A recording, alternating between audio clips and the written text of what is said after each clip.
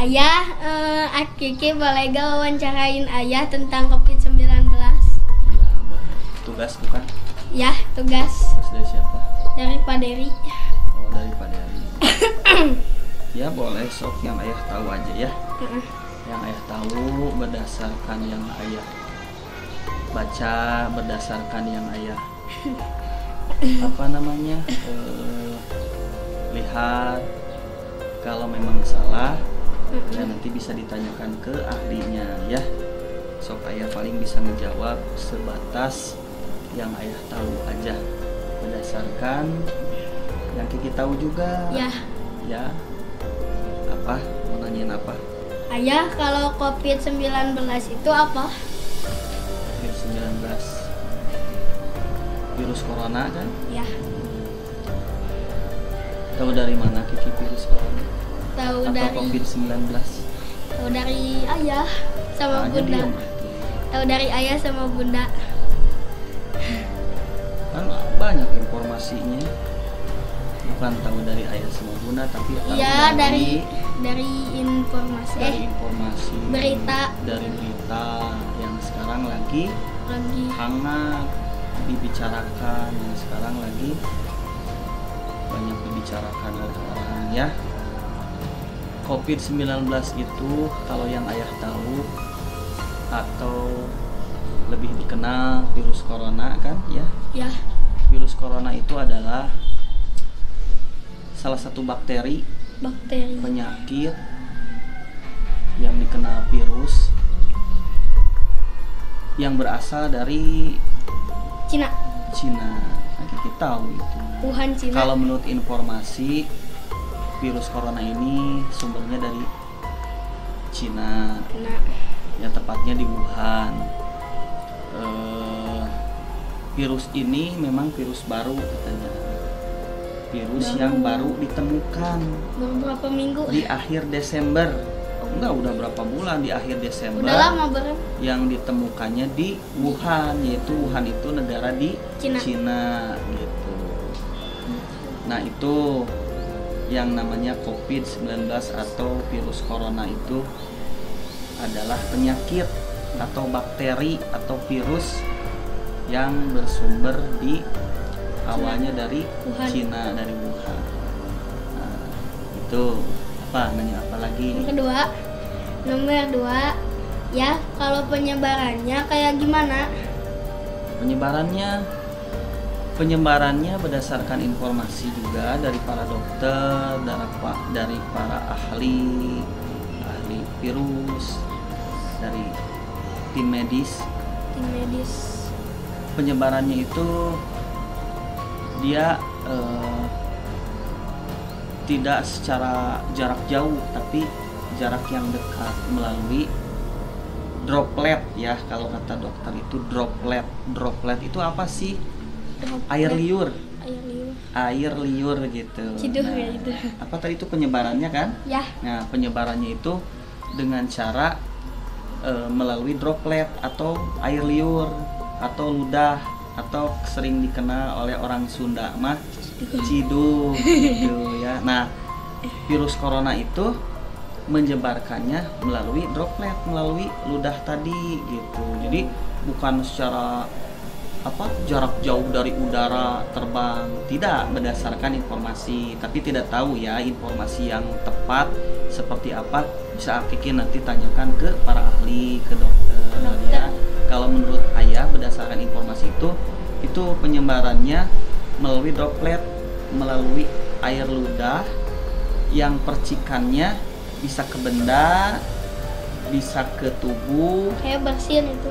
seperti bersin. Nah, dan dianya juga terkena virus. Kalau dianya tidak terkena virus, bersin atau mengeluarkan ludahnya ke kita, tidak jadi apa-apa, terkecuali dianya terkena virus gitu ya. COVID-19, air ludahnya kena ke kita, terus kepegang oleh kita, kena tangan kita, atau ke bendanya kepegang oleh kita, terus kitanya tangannya tidak cuci Tangan tangan, makan terus terus makan. Nah, itulah akan terinfeksi, akan terkena juga Sama Makanya jarak kalau jauh gitu ya. kalau jarak dekat penularannya dengan cara jarak dekat, nggak jarak jauh. Enggak, maksudnya teh harus jarak jauh gitu.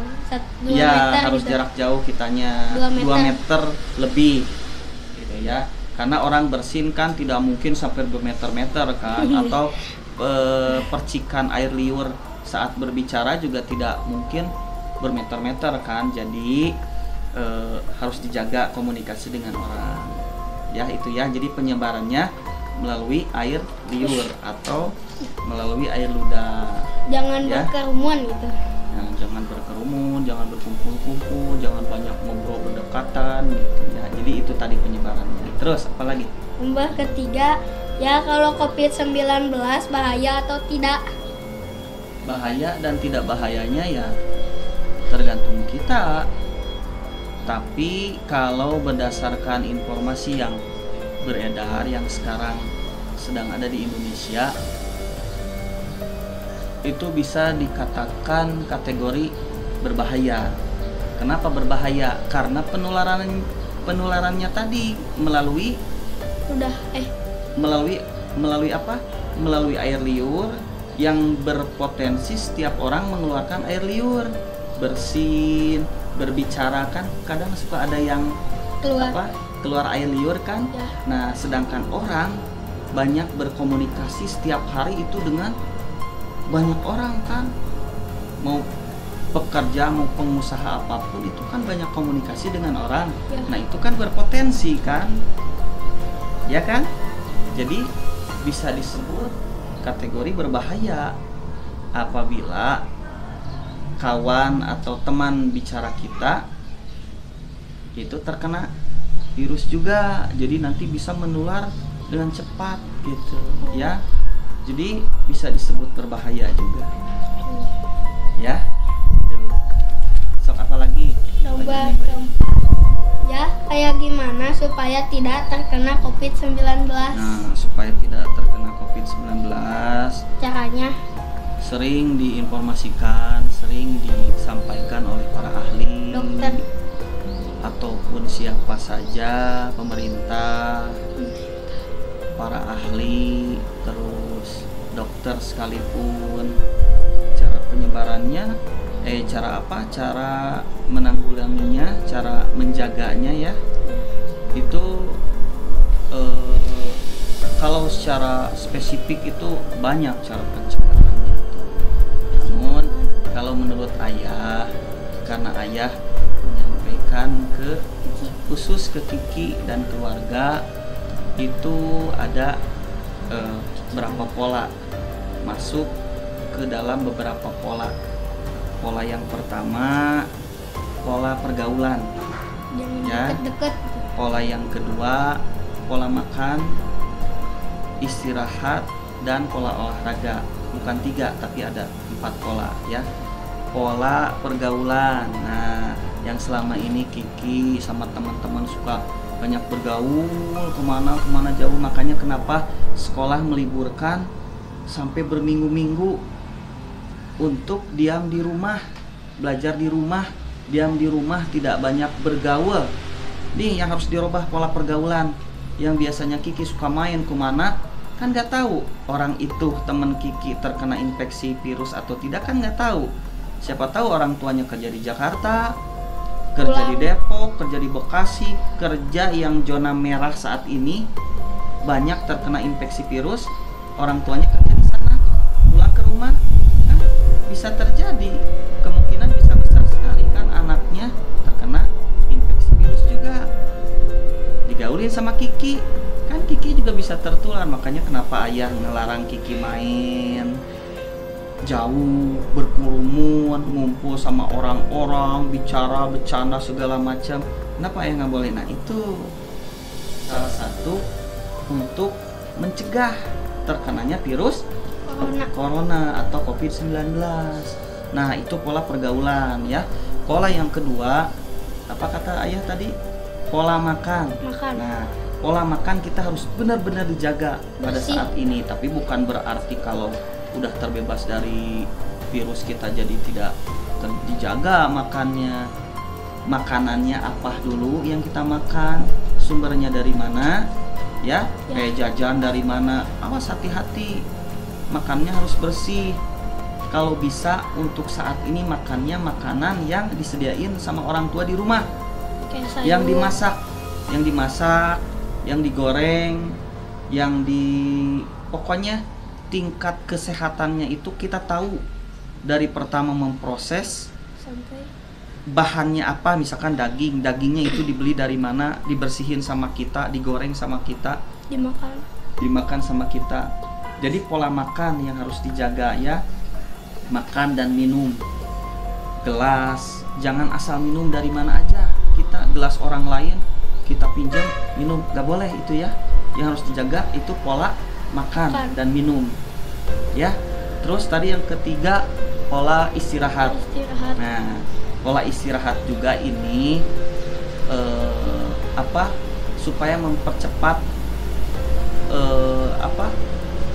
reproduksi itu apa ya, untuk intinya untuk memperkuat kekebalan tubuh yang disebut imun, kekebalan tubuh kita. Jadi kalau kita tubuhnya lebih kuat daripada virus, amit-amit, bukan berarti kita akan terkena virus ya, kalau kita untuk menjaga. Jadi kalau daya tahan tubuh kita kuat, kitanya sehat, nah virusnya nanti akan terkalahkan dengan kekebalan tubuh kita, dengan kekuatan tubuh kita. Makanya harus dijaga pola istirahatnya. Jangan banyak main HP, jangan banyak main game, jangan banyak nonton TV, jangan banyak main HP, jangan banyak main game, jangan banyak nonton TV, main FF ya. Nah, jadi tidak terjaga pola istirahatnya. Istirahat jam 11 malam, jam 12 malam. Besok pagi-pagi yang harusnya kita udah bangun masih tidur. Nah, itu harus dijaga pola istirahatnya ya. Jadi harus benar-benar dijaga. Jangan hanya saat ini, jangan hanya saat menyebarnya virus banyak menyebar di Indonesia, di kita, tapi pola hidup sampai kapanpun harus memang benar-benar diatur pola istirahatnya ya. Yang terakhir tadi pola olahraga. Mensana in corpore sano. Kalau menurut orang-orang kesehatan, menurut orang-orang atlet, menurut orang-orang yang suka olahraga, sering disampaikan mensana in corpore sano. Apa sih arti dari mensana in corpore sano itu? Di dalam tubuh yang sehat ya, terdapat jiwa yang kuat. Nah, jadi pola olahraga, menyikapi hal seperti ini, dengan kita olahraga secara lahiriah tubuh kita sehat dan secara jiwa juga kita kuat menerima virus ini. Qalu innalillahi wa inna ilaihi raji'un. Semua dari Allah, kita kembalikan lagi kepada Allah. Jiwanya kita kuat ya. Jadi menerima informasi yang beredar selama ini, saat ini, kita tidak galau, tidak panik, tidak kaget, tapi kita menerima secara rohani, secara jiwa kita menerima ikhlas, bersabar dan berdoa kepada Tuhan. Semoga yang asalnya kita terbebas dari infeksi virus, kalau jiwanya kita kuat, kita berdoa yakin bahwa semua ini akan diselesaikan oleh Allah juga, oleh Tuhan juga ya. Jadi jangan panik, jangan aduh kita harus gimana, kaget, jangan. Nah, secara akal, secara rohani, secara jiwa, secara akal, secara logikanya kita ikuti saran dari pemerintah, saran dari para dokter bahwa kita tidak boleh banyak keluyuran. Itu ya secara lahiriahnya. Secara jiwanya, secara rohaninya kita berdoa. Jangan terlepas dari doa, karena semua ini tidak ada yang terlepas dari takdir, kudrat dan iradat ilahi. Virus corona juga makhluk Allah kan, ya kan? Nah, kalau kita ingin terbebas dari virus ini, ya kita berdoa, karena makhluk virus corona atau COVID-19 juga makhluk Allah kan. Kita berdoa ya. Jadi yang keempat tadi pola olahraga supaya kita badan sehat dan jiwa kita kuat. Yakin kepada Allah ya. Berdoa yakin suatu saat nanti akan terbebas dari virus corona ini. Nah, itu kalau menurut ayah mah ya, kalau memang karena ayah basicnya bukan orang kesehatan, bukan dokter, bukan ahli, bukan pakar. Jadi kalau misalkan apa yang ayah sampaikan tidak tepat, ya nanti Kiki bisa menggali informasi dari sumbernya yang valid ya, atau yang tepat. Nah, itu mungkin penjelasan dari ayah. Ada lagi Ya, yang lain? dah. Cukup? Dah. Buat tugas di sekolah kan? Ya. So, Assalamualaikum warahmatullahi wabarakatuh. Dah. Assalamualaikum warahmatullahi wabarakatuh.